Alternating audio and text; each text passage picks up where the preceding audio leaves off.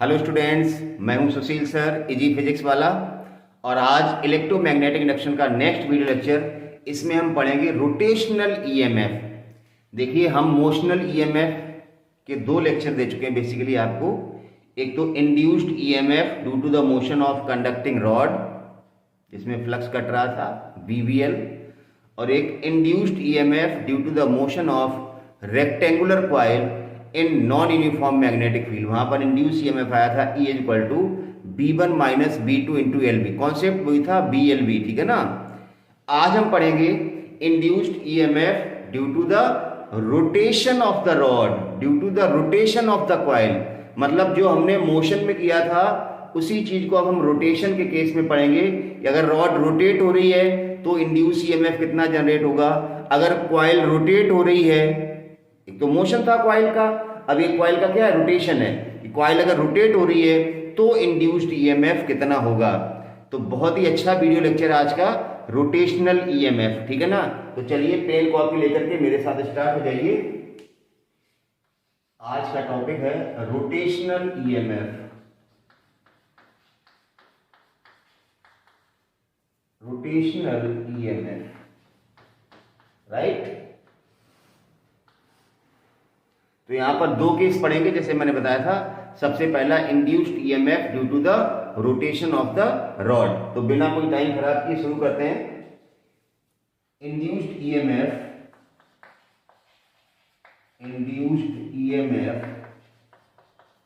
Due to rotation of rod oblique disc. दोनों का concept एक ही है। Disc is suppose to be made up of large number of rods, जैसे समझे नहीं। अब इसमें भी कॉन्सेप्ट वही है, हमने बताया था कि रॉड जब रोटेट होगी, एक सेकेंड, जैसे मान लो हमारे हाथ में कोई ये L लंबाई की रॉड है, इस तरह से ये मैग्नेटिक फील्ड है, ये मैग्नेटिक फील्ड।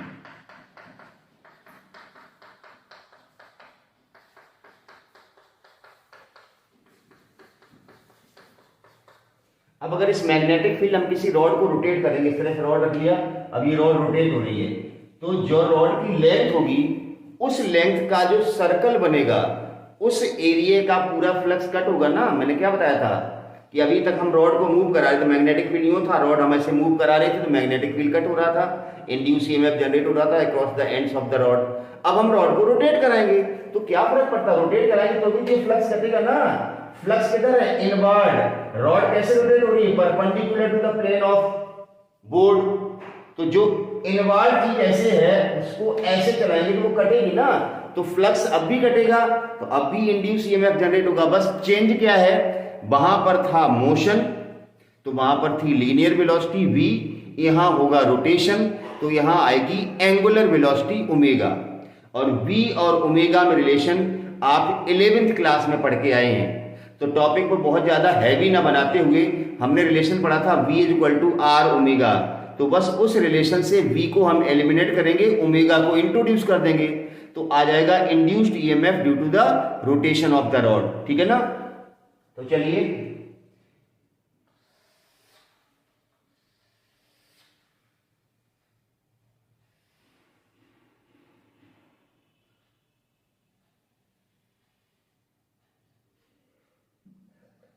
ये हमने एक रॉड को कंसीडर कर लिया है, इसका लेंथ L है, इस L लेंथ की रॉड को ऐसे रोटेट कर रहे हैं, ठीक है ना। किस वेलोसिटी से, कांस्टेंट एंगुलर वेलोसिटी ओमेगा से रॉड रोटेट हो रही है। मैग्नेटिक फील्ड परपेंडिकुलर इनवर्ड है तो मैग्नेटिक फील्ड कट होगा मतलब रॉड के एंड्स पे इंड्यूस ईएमएफ जनरेट होगा। मैंने स्टार्टिंग में ही बताया था कि whenever there is change in flux, वो चेंज इन फ्लक्स अगर कॉइल है तो पास होने वाला होता है, रॉड है तो वो कट वाला फ्लक्स होता है। तो चलिए, रॉड की लेंथ हमने L ले ली है, टोटल लेंथ L है ये रॉड की, ठीक है ना। This rod is suppose to be made up of large number of small segments, छोटे छोटे टुकड़ों से बनी हुई मान सकते हैं। देखिए कॉन्सेप्ट इसमें कुछ नहीं है, कॉन्सेप्ट ये है, यहां मैं बता देता हूं अलग से। जैसे ये L लंबाई की रॉड है, इसकी एंगुलर वेलोसिटी ओमेगा है, यहां समझिए। ये टोटल लंबाई कितनी है L, ठीक है ना, ये घूम रहा है, इस तरह से बड़ा कर लेता हूं, ये सर्कल बनेगा, आपको ऐसे ज्यादा समझ में आ जाएगा। इस डायग्राम को यहां समझने की कोशिश करें। अब पूरी रॉड की एंगुलर वेलोसिटी ओमेगा है, लेकिन रॉड पर अगर हम बहुत छोटे छोटे से पार्टिकल्स कंसीडर करेंगे, जो पार्टिकल इस सेंटर के पास होगा, इसको सेंटर मान लेते हैं O, उसकी लीनियर वेलोसिटी कम होगी, जो दूर होगा उसकी लीनियर वेलोसिटी ज्यादा होगी। ऐसा आपने रोटेशनल डायनामिक्स में 11th में पढ़ा था। तो हमने इस रॉड पर एक सेगमेंट लिया है, ये एक सेगमेंट लिया है, इसकी लेंथ है dl, दिख रहा है dl, इसकी लीनियर वेलोसिटी है ओमेगा, सॉरी v। ये dl लंबाई का एक सेगमेंट है जिसकी लीनियर वेलोसिटी, मैंने कहा ना सेगमेंट अगर और दूर लेंगे तो उसकी वेलोसिटी और ज्यादा होगी, और दूर लेंगे, क्योंकि ओमेगा कांस्टेंट है, ओमेगा कांस्टेंट है, मतलब अगर ये चीज चक्कर लगाएगा तो उसको इतना सर्कल बनाना पड़ेगा, अगर हम थोड़ा पीछे लेते तो उसका सर्कल बड़ा होता, और सारे सर्कल एक ही टाइम में कंप्लीट करने के ओमेगा इज कांस्टेंट। इसका मतलब है जो पार्टिकल की या जो सेगमेंट सेंटर से जितना दूर होगा उसकी लीनियर वेलोसिटी उतनी ज्यादा होगी। ध्यान रखना, रोटेशन के केस में मैंने बताया था, जैसे ये कोई बॉडी है, ये ओमेगा वेलोसिटी से रोटेट हो रही है, ठीक है ना। तो अगर यहां पर हम बहुत सारे पार्टिकल कंसीडर करते जाएं, जो पार्टिकल जितना डिस्टेंस होगा उसकी लीनियर वेलोसिटी उतनी ज्यादा होगी, जो पार्टिकल पास होगा उसकी लीनियर वेलोसिटी कम होगी, लेकिन omega is same for whole rod. तो चलिए, ये जो वेलोसिटी ली है पार्टिकल की, पार्टिकल का मतलब यहां पर सेगमेंट से है, ये एल लेंथ पे सेगमेंट लिया था, स्मॉल एल, ठीक है ना, और ये ओमेगा एंगल, तो हमें पता है ये v बराबर क्या आएगा, एल ओमेगा। बस खेल खत्म है। इस डायग्राम की बजाय आप इस डायग्राम को समझिए, एक ही बात है, ये एल लेंथ की रॉड है,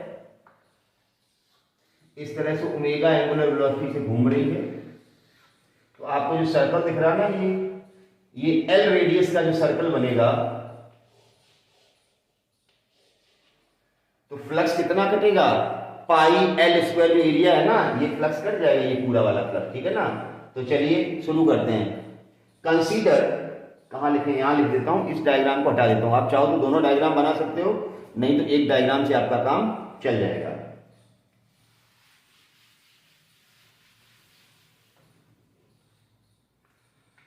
Consider a rod of length L is rotating with constant angular velocity omega, and magnetic field is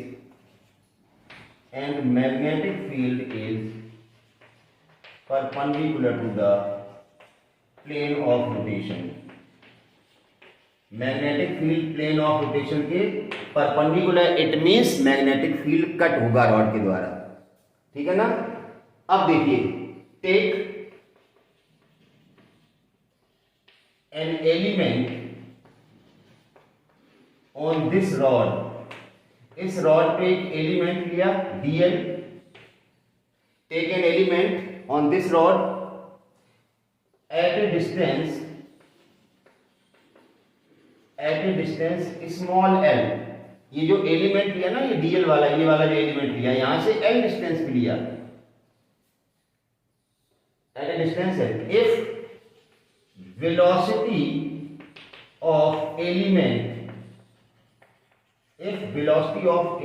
is v, then induced EMF due to the motion of element, induced EMF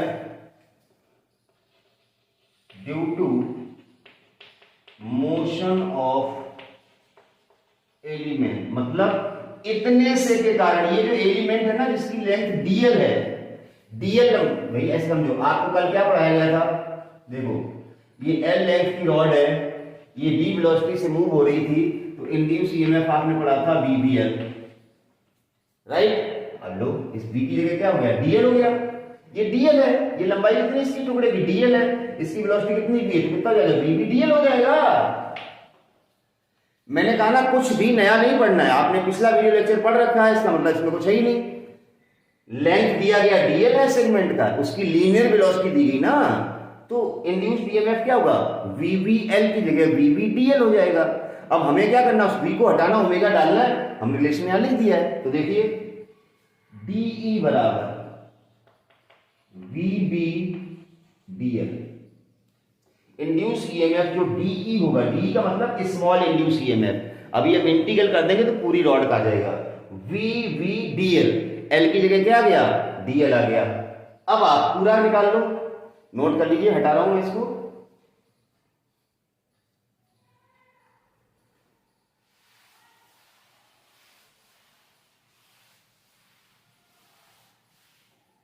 VBDL था ये ना, अब पूरा आ जाएगा।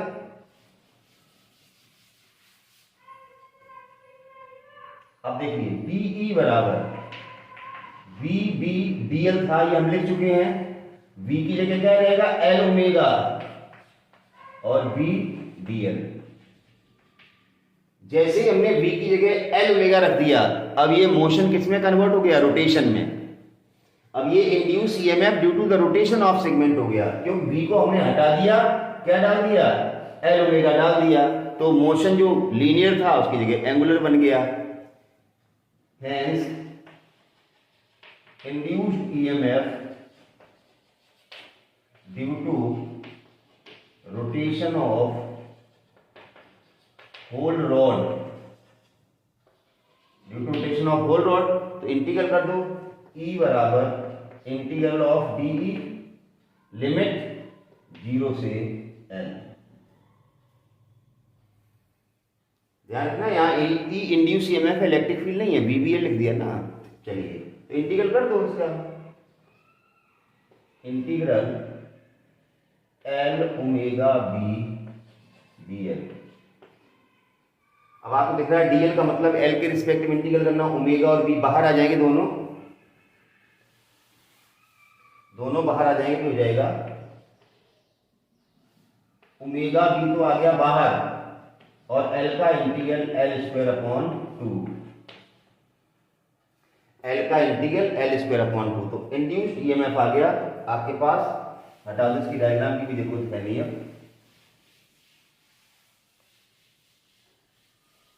कितना आ गया induced EMF, E बराबर omega B और L स्क्वायर अपॉन 2। लिमिट लगा दिया, स्मॉल एल की जगह कैपिटल स्क्वायर आएगा, फिर L स्क्वायर बाई 2, तो ये बाई 2 था। तो ये हो गया induce EMF due to the rotation of rod. पिछले वीडियो लेक्चर में पढ़ा था VBL, उस VBL को ही हमने V को ओमेगा में चेंज कर दिया और इंटीग्रल कर दिया, हो गया काम। इफ ये ओमेगा क्या है, angular frequency, angular velocity, omega angular velocity है।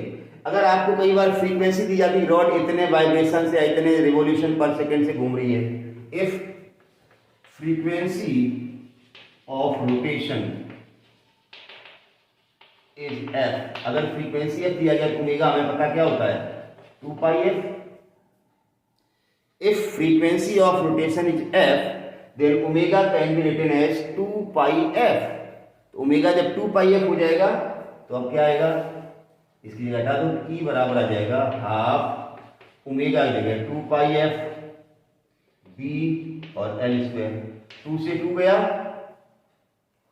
तो E बराबर, ये देखो पाई L स्क्वायर, ये पाई ले लो और ये L स्क्वायर ले लो, पाई L स्क्वायर क्या हो गया, एरिया, कौन से एरिया, जितने एरिया का फ्लक्स काट दिया उसने ऐसे घुमा घुमा ना, तो पाई L लेंथ की रॉड थी तो सर्कल बनेगा, वो पाई L स्क्वायर बनेगा, तो पाई L स्क्वायर एरिया अपने का फ्लक्स साफ हो जाएगा, कट जाएगा, तो ये एरिया हो गया जो रॉड ने स्वीप किया है।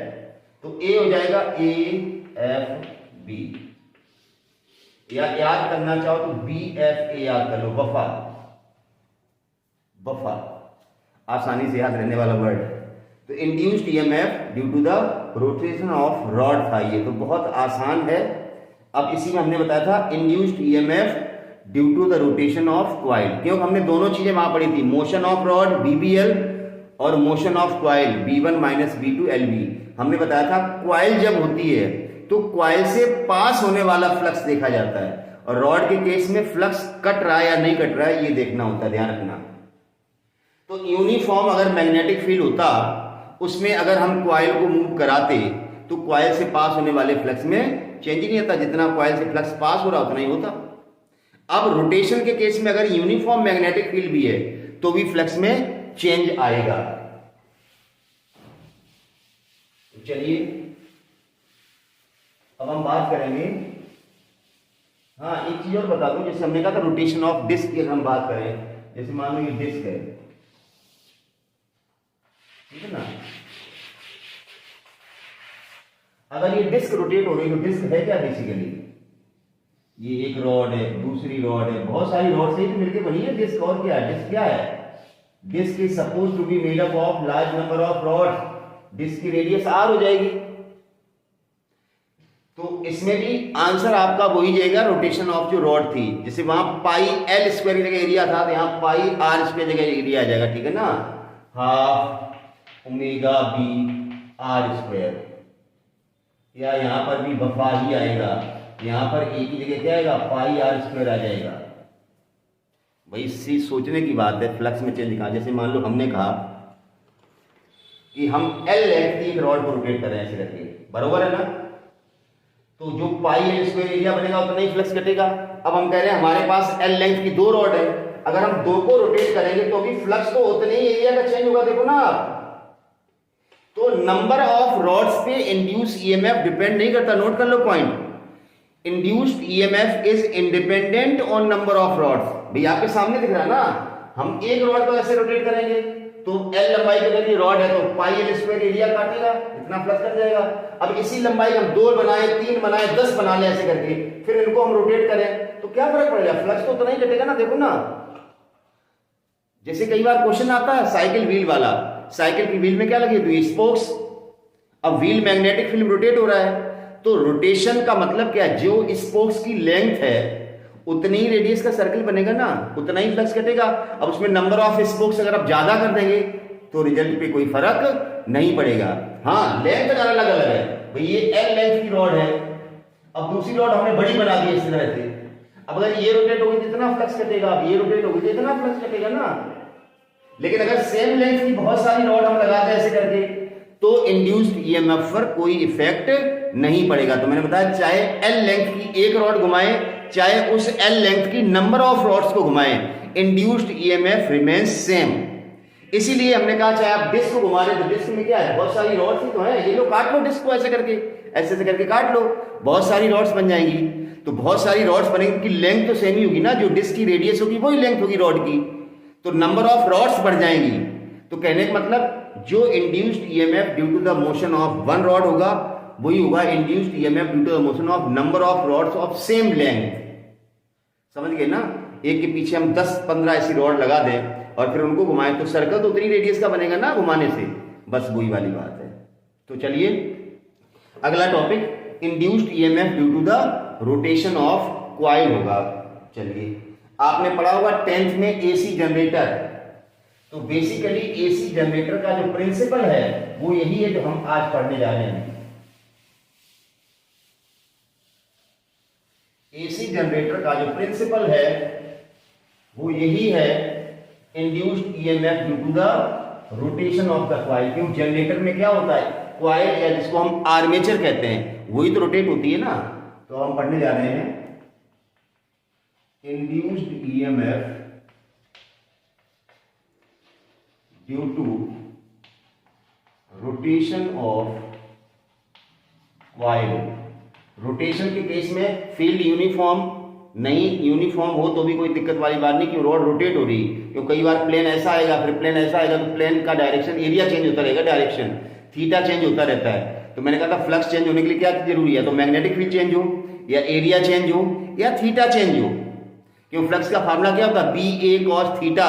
तो जब कॉइल का रोटेशन होगा ना, प्लेन का एरिया तो नहीं रहेगा लेकिन एरिया मैग्नेटिक फील्ड के साथ अलग अलग एंगल बनाएगा ऐसे करके, तो थीटा चेंज होता रहेगा, तो फ्लक्स में चेंज कंटिन्यूअसली होगा, ठीक है ना।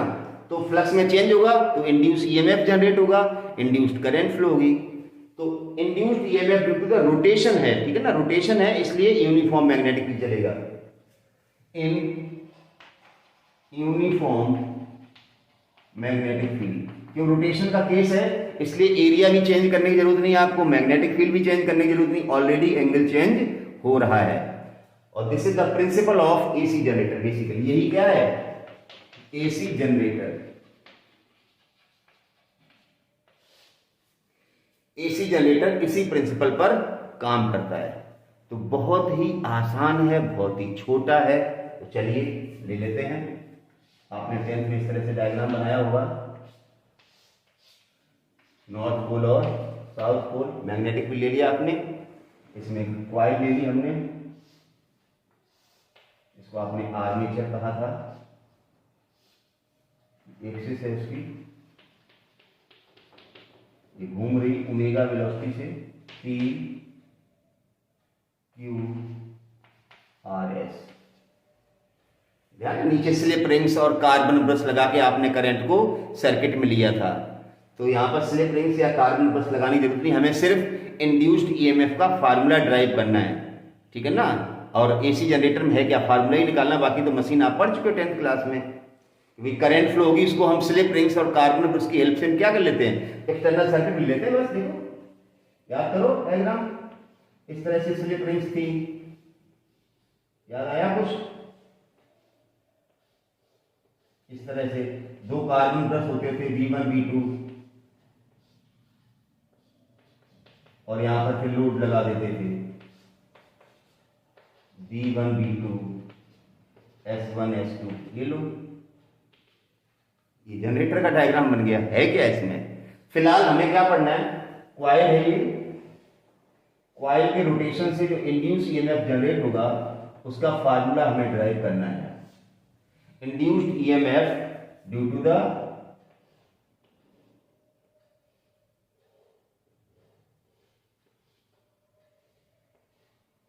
Rotation of coil.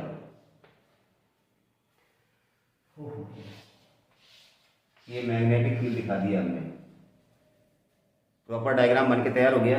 अब देखो बड़ा सिंपल सी बात है कि जैसे मान लो ये कॉइल हमारे पास, ठीक है ना, इसको मान लो ये कटा हुआ फ्रेम है, इस तरह से ये कटा हुआ फ्रेम है, ठीक है ना।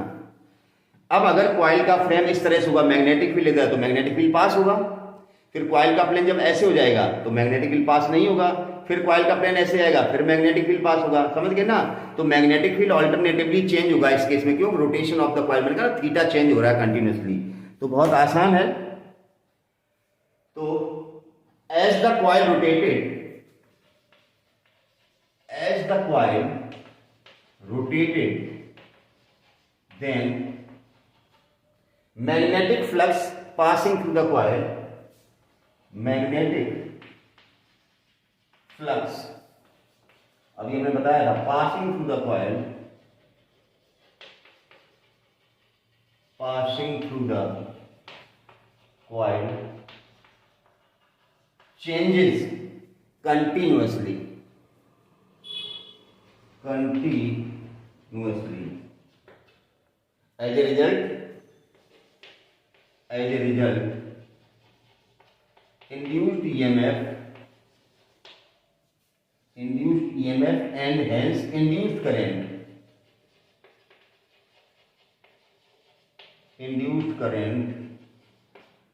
produced in the coil,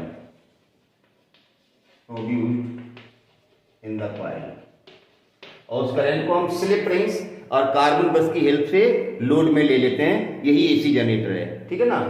अब हमने जैसे बताया था कि यहाँ पर फ्लक्स मैक्सिमम कब होगा, मिनिमम कब होगा, तो आपको फ्लक्स का कॉन्सेप्ट बताया था कि जब प्लेन का जो एरिया वेक्टर है मैग्नेटिक फील्ड की डायरेक्शन में होता है। अब प्लेन का एरिया वेक्टर मैग्नेटिक फील्ड की डायरेक्शन कब होता है, जब प्लेन परपेंडिकुलर होता है। अभी हमने अपने हाथ में नोटबुक ली थी, ऐसे बताई थी ना, मैग्नेटिक फील्ड इधर था, तो प्लेन तो परपेंडिकुलर है, एरिया वेक्टर मैग्नेटिक फील्ड की तरफ हो गया ना। तो जब कॉइल का प्लेन मैग्नेटिक फील्ड के परपेंडिकुलर होता है तो उस समय थीटा 0 होता है, तो फ्लक्स मैक्सिमम पास होगा। When plane of coil is, ध्यान रखना, प्लेन ऑफ कॉइल बोल रहा हूं, थीटा नहीं बोल रहा हूं। कॉइल का प्लेन जो मैग्नेटिक फील्ड के साथ एंगल बनाता है वो थीटा नहीं होता है। कॉइल के प्लेन पे परपेंडिकुलर डालते हैं, वो जो मैग्नेटिक फील्ड के साथ एंगल बनाता है उसको हम थीटा कहते हैं। When plane of coil is perpendicular to magnetic field, then maximum flux passes through it and when plane of coil is parallel to magnetic field then no flux passes through it. तो हमें दिख रहा है कि flux maximum से फिर धीरे धीरे घटेगा, फिर जीरो हो जाएगा, फिर डायरेक्शन चेंज होगी, ऐसा कुछ यहां पर होने वाला है। मतलब फ्लक्स में जो चेंज होगा वो ऑल्टरनेटिवली होगा। इंड्यूस ईएमएफ जो डेवलप होगा वो ऑल्टरनेटिवली होगा। इंड्यूस करंट जो मिलेगी वो हमें ऑल्टरनेटिवली मिलेगी। इसीलिए तो इसको हम एसी जनरेटर कहते हैं, ऑल्टरनेटिंग करंट जनरेटर। समझ गए ना? तो जनरेटर का जो प्रिंसिपल है वो क्या है? इलेक्ट्रोमैग्नेटिक इंडक्शन के प्रिंसिपल पे काम करता है कि जब कॉइल से या आर्मेचर से फ्लक्स में चेंज होता है तो इंड्यूस ईएमएफ डेवलप होता है। इंड्यूस ईएमएफ वो चेंज होता है मैक्सिमम से मिनिमम, और इस तरह से करंट भी चेंज होती है। तो हमें जो करंट यहाँ पर मिलती है due to the rotation of coil या due to the rotation of armature, वो करंट का मैग्नीट्यूड और डायरेक्शन दोनों ऑल्टरनेटिवली चेंज होते हैं। इसीलिए इस मशीन या जनरेटर को नाम क्या दिया गया? AC generator. यहां पर जो इंड्यूस करंट होती है वही ऑल्टरनेटिंग करंट है। बच्चा 12th में आ जाता है उसको पता ही नहीं ऑल्टरनेटिंग करंट का सोर्स क्या। उसको लगता है जैसे डीसी का सोर्स बैटरी या सेल है तो वैसे ही ऑल्टरनेटिंग करंट भी किसी सेल या बैटरी से आती होगी। No, the source of alternating current is rotation of the armature या rotation of the coil in magnetic field. Magnetic field में जब आर्मेचर या कॉइल रोटेट होती है तो ऑल्टरनेटिंग करंट प्रोड्यूस होती है। ठीक है ना? अब वो करंट कितनी होगी उसके लिए फार्मूला निकाल लेते हैं। बस वही फार्मूला, डेरिवेशन ही 12th में आता है, एसी जनरेटर नहीं आता है, लेकिन जो डायग्राम तो वही है ना, कॉन्सेप्ट वही है। तो चलिए हटा रहा हूं उसको, आपने नोट कर लिया होगा, स्क्रीनशॉट ले लो भले। चलिए, फार्मूले में तो कुछ दम ही नहीं है, आराम से फार्मूला निकल जाएगा आगे।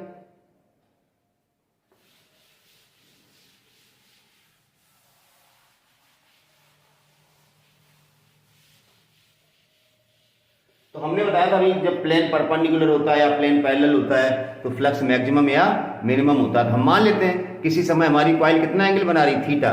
तो लेट एट एनी इंस्टेंट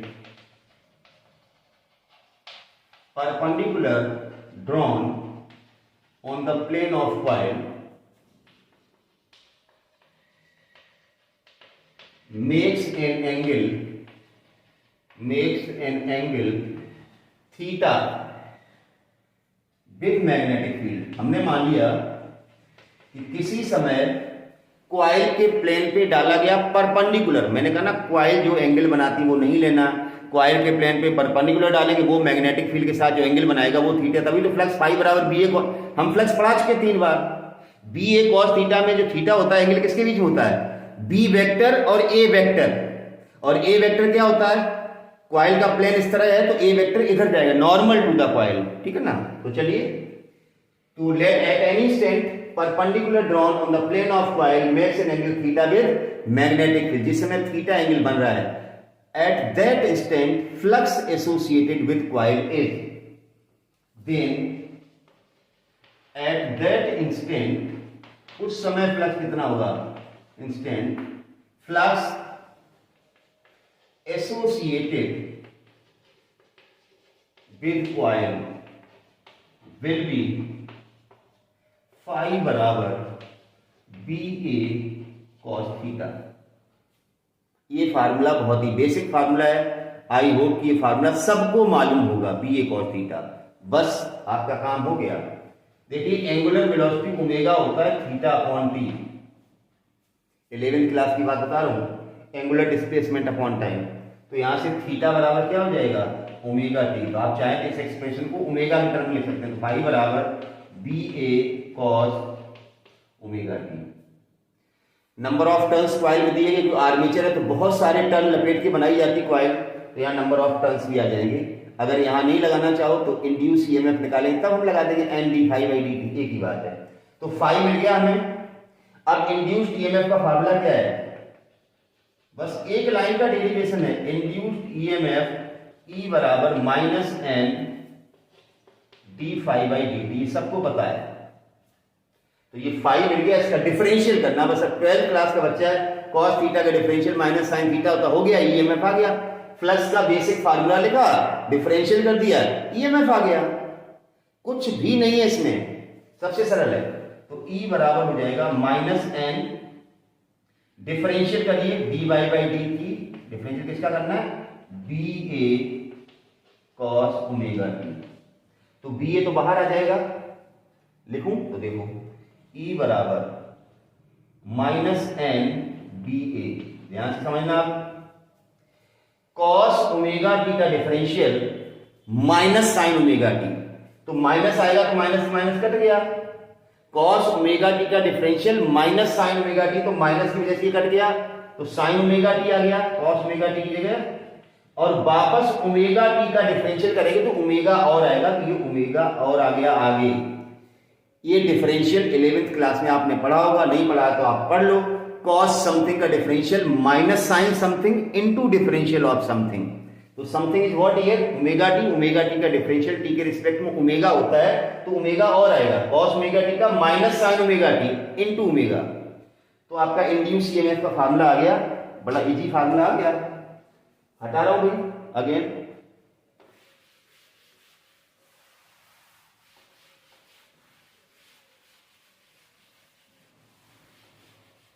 चलिए, तो ई बराबर आ गया N B A omega sine omega t, right.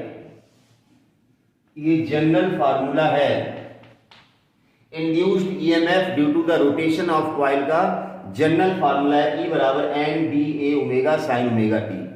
अब इसमें हम कंडीशन लगा दें, ठीक है ना, for maximum EMF, EMF maximum कब होगा, जब साइन ओमेगा टी कितना हो 1, साइन थीटा की वैल्यू 1, तो ओमेगा टी कितना होना चाहिए 90। तो for maximum EMF sine omega t equal to 1, this gives omega t equal to pi by 2। तो maximum EMF, so maximum EMF E naught equal to कितना आएगा, इसको 1 कर दो तो आ जाएगा एन बी ए ओमेगा, ये मैक्सिमम ईएमएफ आ जाएगा एन बी ए ओमेगा। बहुत छोटी छोटी चीजें हैं, रोटेशन ऑफ कॉइल है, मैक्सिमम ईएमएफ पूछा गया है, तो मैक्सिमम ईएमएफ का डायरेक्ट फार्मूला आपके पास है, उसको लगा दो आ जाएगा। अब मैक्सिमम ईएमएफ अगर ये N B A omega E naught है, then equation 1 can be written as E is equal to, इसकी जगह हम क्या लिखते हैं, ई नॉट, ई बराबर ई naught sine omega T.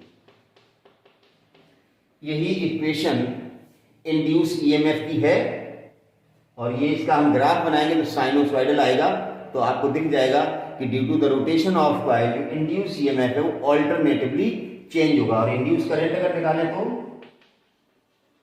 Induced current I बराबर फार्मूला होता है E अपॉन आर, तो E की वैल्यू डाल दो E naught sine omega t upon R, ये ई नॉट अपॉन आर, ये मैक्सिमम करंट बन जाएगा, ये मैक्सिमम ईएमएफ है, ये मैक्सिमम करंट बन जाएगा, तो I बराबर I naught sine omega, equation number 3। तो ये 2 इक्वेशन और 3 इक्वेशन, ये इंड्यूस ईएमएफ और इंड्यूस करंट है, यही ऑल्टरनेटिंग वोल्टेज और ऑल्टरनेटिंग करंट है।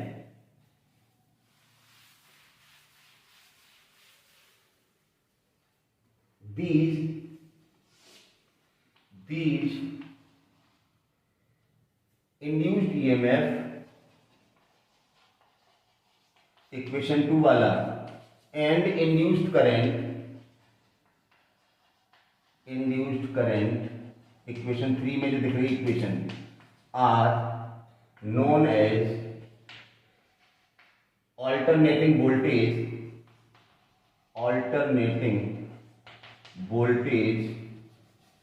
And alternating current, because because their magnitude and direction changes continuously.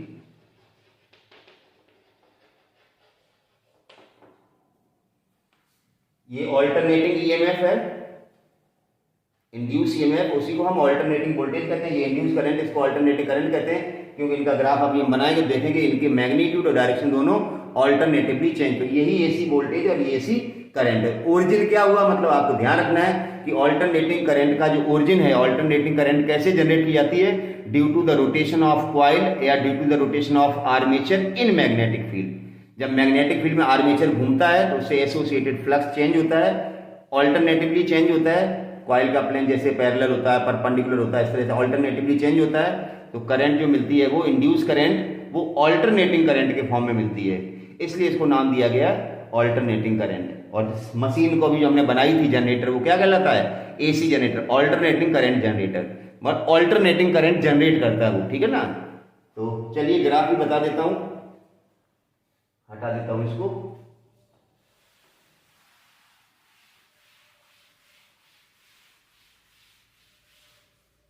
सबसे इजी टॉपिक है, न्यूमेरिकल भी फार्मूला बेस्ड बनते हैं, इसमें कुछ भी कराने जैसा नहीं है कि न्यूमेरिकल कुछ अलग हटके बने।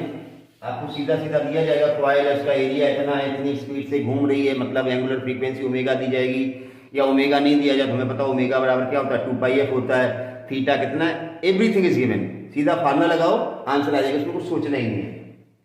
देखो अगर हम ई का ग्राफ बनाएंगे, देखो दो चीजें होती हैं, हमने क्या लिखा, ई बराबर ई नॉट साइन ओमेगा टी लिखो, या ई बराबर ई नॉट साइन थीटा लिखो। ओमेगा टी तो थीटा होता है भाई मेरे, तो ओमेगा टी के टर्म में लिखेंगे तो यहां टी लेना पड़ेगा, मैं क्या लेना पड़ेगा, टाइम के साथ, और ये इधर ले लिया हमने ई की इक्वेशन हम टाइम के साथ बनाने जा रहे हैं।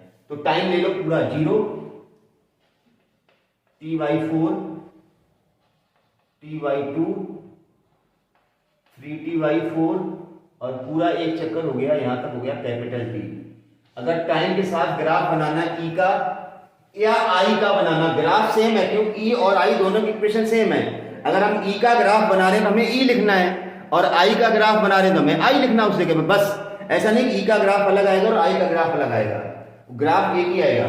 अब हम t बराबर 0 रखेंगे तो 0 आएगा, t/4 रखेंगे, यहाँ t की जगह ओमेगा ध्यान रखना, ओमेगा क्या होता है, ओमेगा होता है 2π/T। ई की वैल्यू अगर निकालनी है तो ओमेगा की जगह पहले 2π/T रखना, फिर t की जगह t/4 रखना, तो ये π/2 आ जाएगा, sin π/2 कितना होगा 1, तो आ जाएगा E0, ये मैक्सिमम आ जाएगा E0, फिर 0, फिर माइनस में आएगा, फिर 0 आएगा। तो इस तरह से ग्राफ आएगा ई का, ये वाला इस तरह से।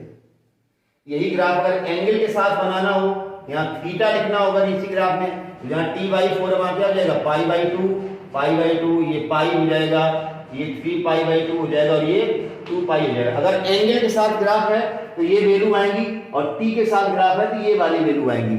यही ग्राफ ई का है और यही ग्राफ आई का बनेगा, बस ई का ग्राफ ये E0 हो गया। अगर आई का ग्राफ होता तो ग्राफ यही बनता भाई मेरे, सेम ग्राफ, बस यहाँ I0 हो जाता है, यहाँ आई की जगह क्या हो जाता है, I0 हो जाता है। वही अगर हमने बताया थीटा के साथ अगर ग्राफ बनाते तो यहाँ क्या होता, π/2, यहाँ पाई, यहाँ 3π/2, यहाँ अगर यहां से नहीं समझ पा रहे तो यहां समझ लो, थीटा के साथ लोगे तो ये, और टी के साथ लोगे, क्यों, जब आपका चक्कर, भाई आपका पता ना, कॉइल आपकी इतनी घूमी 0 से 90 तक, तो वो 1/4 चक्कर नहीं हुआ, सॉरी 1/4 हुआ ना, फिर इतनी और घूम गई तो आधा चक्कर हो गया, फिर और घूमेगी तो 3/4, फिर पूरे चक्कर में 2π घूमेगी ना, तो π/2 में कितना घूमेगी, 1/4, पाई में कितना घूम जाएगी, आधा चक्कर। तो एंगल के साथ लेंगे तो ये पैरामीटर्स आएंगे, और टाइम के साथ लेंगे तो ये वाले पैरामीटर्स आएंगे। So this is all about induced EMF due to the rotation of armature या rotation of coil in uniform magnetic field. तो आज हमने दोनों रोटेशनल ईएमएफ पढ़े हैं। पहला जो रोटेशनल ईएमएफ था वो क्या था, induced EMF due to the rotation of rod, उसमें कुछ भी नहीं करना था, मोशन वाला फार्मूला था, उसी को हमने V बराबर R ओमेगा से चेंज कर लिया बेसिकली। और रोटेशन ऑफ कॉइल के केस में हमें पता है कि कॉइल का एंगल चेंज हो रहा है। जब एंगल चेंज होता है, मैंने कहा ना फ्लक्स चेंज होने के 3 तरीके हो सकते हैं, मैग्नेटिक फील्ड चेंज हो या फील्ड चेंज नहीं करते तो एरिया चेंज करो, या दोनों ही नहीं चेंज कर सकते हो तो थीटा चेंज कर दो। तो यहाँ थीटा चेंज हो रहा था तो थीटा एंगल पे हमने फ्लक्स निकाल लिया, उसको डिफरेंशियल कर दिया तो इंड्यूस ईएमएफ आ गया थीटा एंगल के लिए, E बराबर E नॉट साइन थीटा या E बराबर E not sine omega T. Graph बना दिए, वो जो E था उसका ग्राफ देखो ऑल्टरनेटिवली चेंज हो रहा, पहले हाफ में पॉजिटिव फिर दूसरे हाफ में नेगेटिव, ये देखो करंट फर्स्ट हाफ में पॉजिटिव नेक्स्ट हाफ में, तो इस करंट को हमने क्या नाम दिया ऑल्टर। तो मतलब बेसिकली ऑल्टरनेटिंग करंट एक इंड्यूस करंट है। इतनी बात पता चलना चाहिए कि alternating current is not the current obtained from the battery or cell, it is basically induced current produced due to the rotation of armature in magnetic field. तो चलिए, बहुत सारी वीडियो लेक्चर ऐसे आते रहेंगे, आपका कंप्लीट सिलेबस करवाना ही मेरा टारगेट है, क्योंकि बड़ा टफ सिचुएशन चल रहा है। तो आप सीक्वेंस में वीडियो देखते रहें और अपना कोर्स अच्छे से करें। चैनल को सब्सक्राइब अगर नहीं किया है तो प्लीज़ चैनल को सब्सक्राइब तो कर दो भाई। Thank you for watching.